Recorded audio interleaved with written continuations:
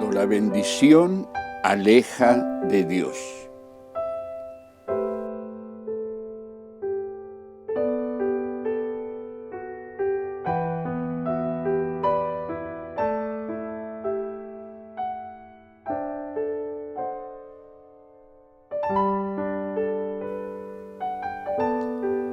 Bendice, alma mía, a Jehová, y bendiga todo mi ser su santo nombre. Bendice, alma mía, a Jehová, y no olvides ninguno de sus beneficios. Él es quien perdona todas tus iniquidades, el que sana todas tus dolencias, el que rescata del hoyo tu vida, el que te corona de favores y misericordias, el que sacia de bien tu boca, de modo que te rejuvenezcas como el águila. Jehová es el que hace justicia y derecho a todos los que padecen violencia. Sus caminos notificó a Moisés, y a los hijos de Israel sus obras.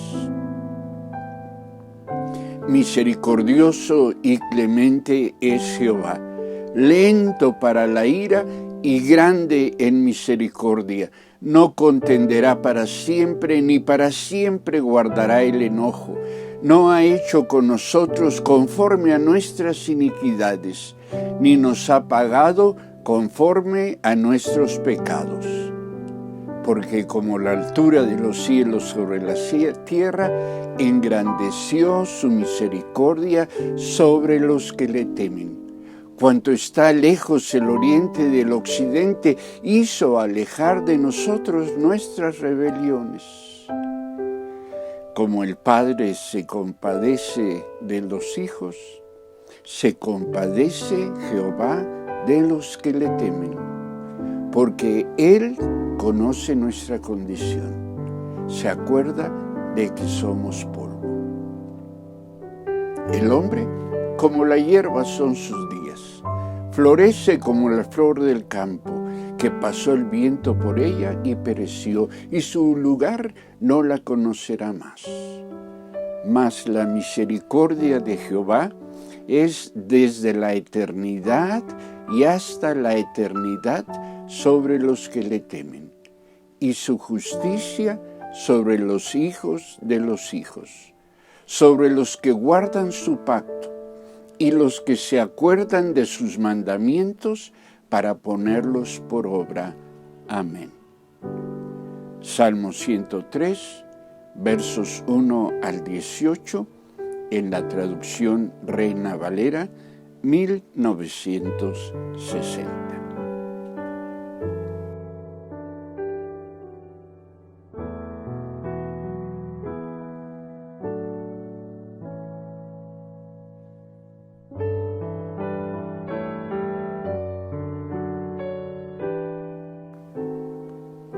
Como hemos dicho muchas veces ya, este salmo da palabras a nuestros sentimientos más profundos y nos permite, al escucharnos a nosotros mismos al repetirlo, recordar y enumerar sus bendiciones, confirmando así la realidad del amor del Señor.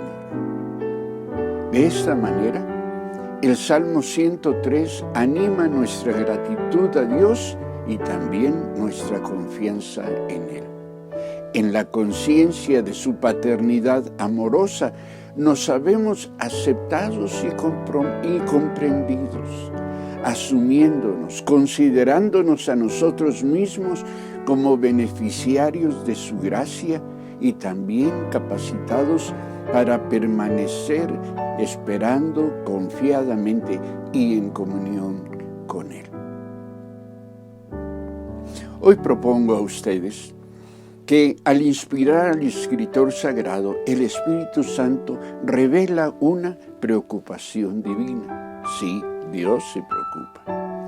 Esta es que paradójicamente las bendiciones recibidas podrían llevar al creyente a separarse de Dios y aún a renegar de su fe en el Señor.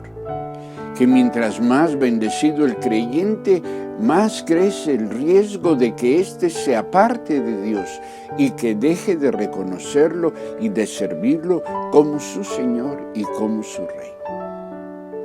A lo largo de los siglos, se ha propuesto que la fe en Dios es propia de personas ignorantes y pobres. Y entonces se asegura que en la medida que las personas y aún las sociedades se vuelven más educadas y gozan de un mejor estatus socioeconómico, menor necesidad tendrán de la idea de Dios y entonces se alejarán de la necesidad de las creencias religiosas. Es decir, pretenden quienes defienden este argumento que son la necesidad, la pobreza y la desventura los factores que acercan a las personas a Dios o al mito de Dios, a quienes lo siguen, a quienes lo buscan. Bueno, tales aseveraciones resultan cuando menos prejuiciosas y parciales. De hecho, resultan mentirosas.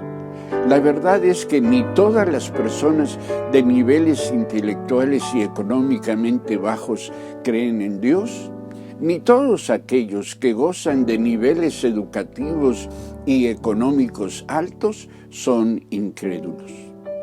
En los Estados Unidos, por ejemplo, el 46% de los egresados universitarios declaran que la religión es muy importante en sus vidas y el 55% declaran creer en Dios con absoluta convicción. Bueno, considero que más que una cuestión intelectual y económica, el abandono de la fe, tanto en su doctrina como en su práctica, responde a dos factores que acompañan frecuentemente la evolución social ascendente de las personas y las sociedades. Estos factores son la convicción de la autosuficiencia y el cultivo de la autocomplacencia. Respecto del primero de ellos, respecto de la convicción de la autosuficiencia, Dios, quien conoce también el corazón humano, tuvo el cuidado de prevenir a Israel cuando la prosperidad era apenas una promesa, una mera posibilidad. Dios les advirtió, los previno diciéndoles: cuando hayan comido y estén satisfechos y vivan en las buenas casas que hayan construido y vean que sus vacas y ovejas han aumentado, lo mismo que su oro y su plata y todas sus propiedades, no se llenen de orgullo, ni se olviden del Señor su Dios. No se les ocurra pensar, toda esta riqueza la hemos ganado con nuestro propio esfuerzo. Deben acordarse del Señor su Dios, ya que ha sido Él quien les ha dado las fuerzas para adquirirla, cumpliendo así con ustedes la alianza que antes había hecho con los antepasados de ustedes. Te animo a que repases Deuteronomio, capítulo 8, versos 12 en adelante. No resulta difícil comprender que quien logra y adquiere cada vez más dones, sean estos intelectuales, materiales, económicos, pronto llegue a pensar que los dones obtenidos son resultado de su capacidad y de su esfuerzo. Por lo tanto, no es raro que se asuma que se es autosuficiente. Pero quienes piensan así, olvidan primero que hay otros más capaces y otros que se han esforzado más que ellos en la vida y no tienen ni han alcanzado lo que ellos tienen.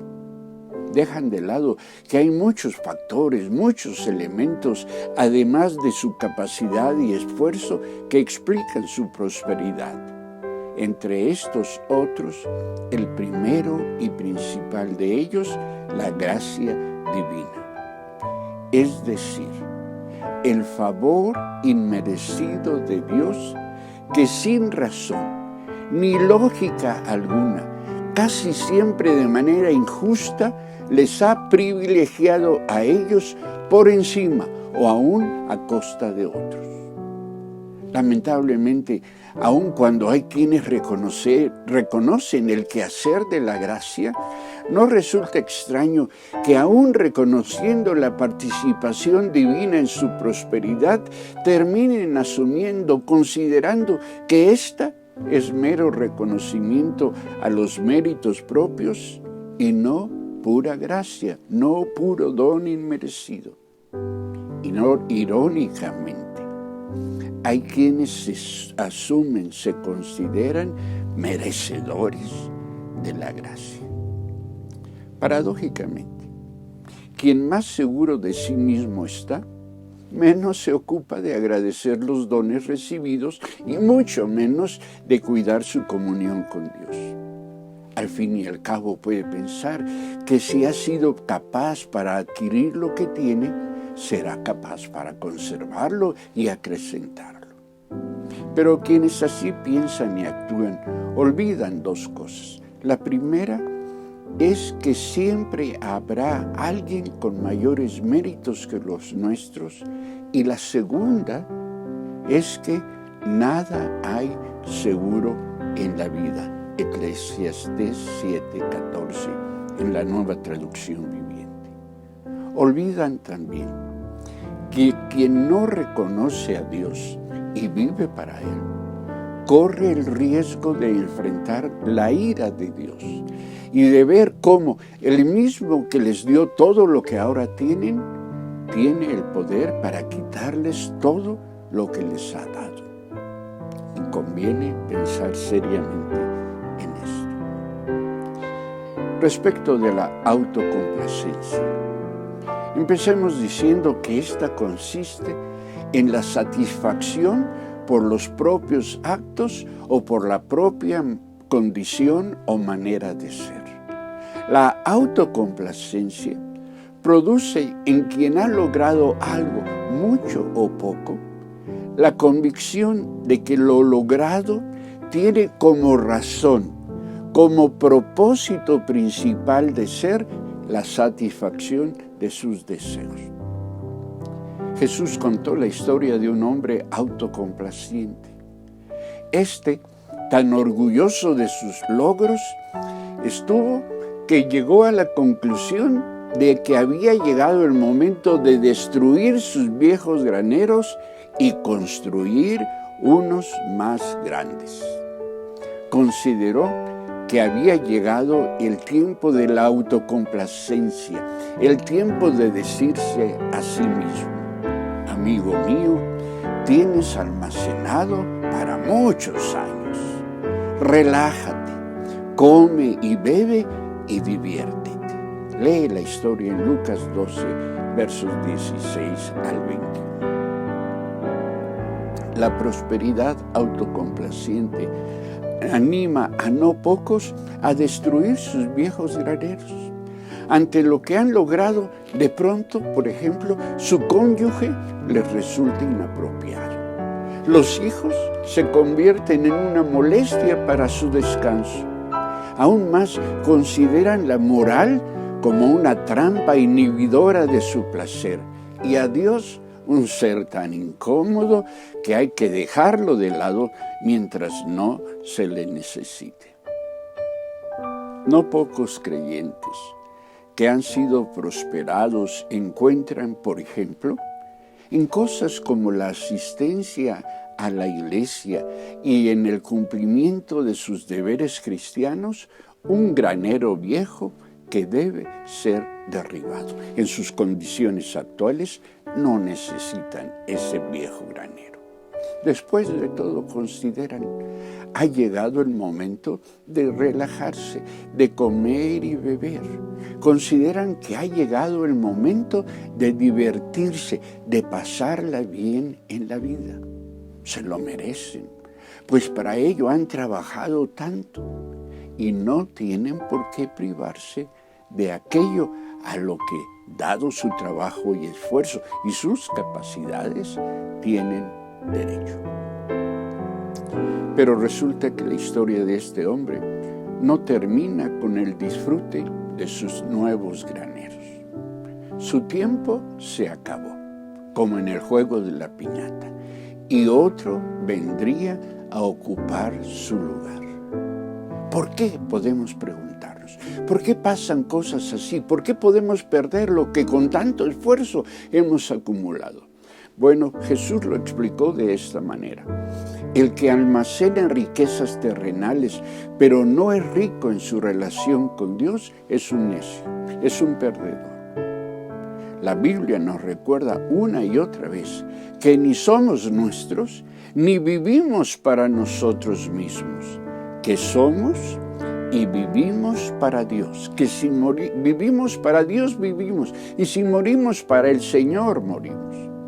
Y que en servir a Dios, en el honrarle con lo que somos y hacemos, es donde reside nuestro confort y nuestra verdadera realización plena.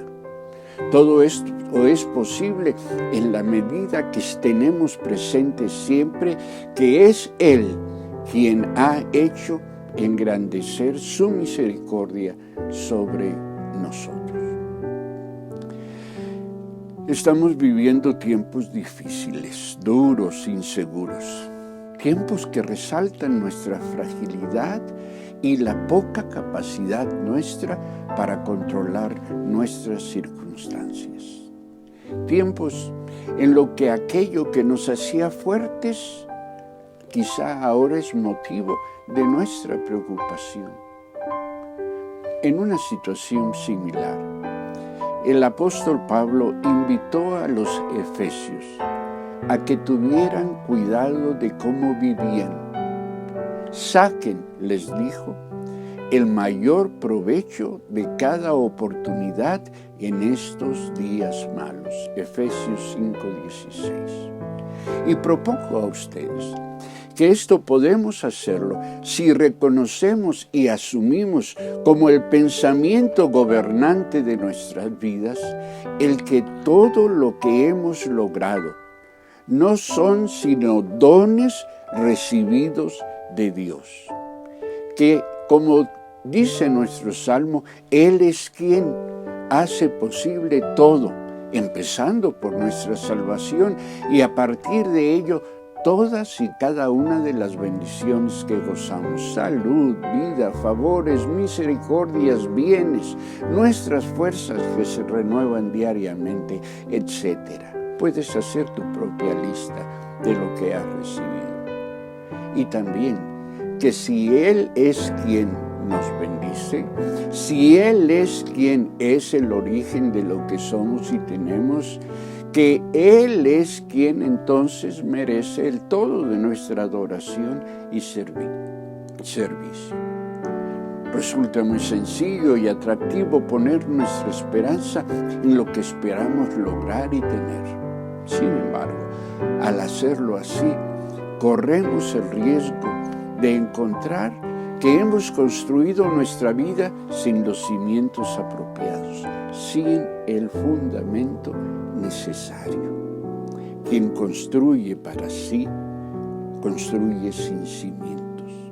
La vida que no se cimienta en Dios y no lo tiene a Él como razón de ser, es como la casa que se construyó sobre la arena. Sin importar cuán hermosa, cuán atractiva y aún cuán costosa resultara, estaba condenada de inicio a su destrucción. Cosas así las vemos una y otra vez en quienes, cegados por sus aparentes éxitos, le dan la espalda a Dios. Se niegan a vivir por la fe, se niegan a vivir en función de su Señor. Por ello es por lo que les animo a ustedes, para que nos propongamos vivir los días por venir y aún el año que está por empezar en gratitud y con compromiso con Dios, con un total reconocimiento al origen de nuestros dones espirituales, intelectuales, materiales, relacionales, afectivos, etc. Los invito a privilegiar aún más las más sencillas expresiones de nuestra fe y a que procuremos ser fieles, agradecidos y buenos mayordomos de la gracia recibida. Al fin y al cabo, en todo y por todo, Él, nuestro Dios, Él es quien. A esto los animo, a esto los convoco en el nombre del Señor. Dios los bendiga.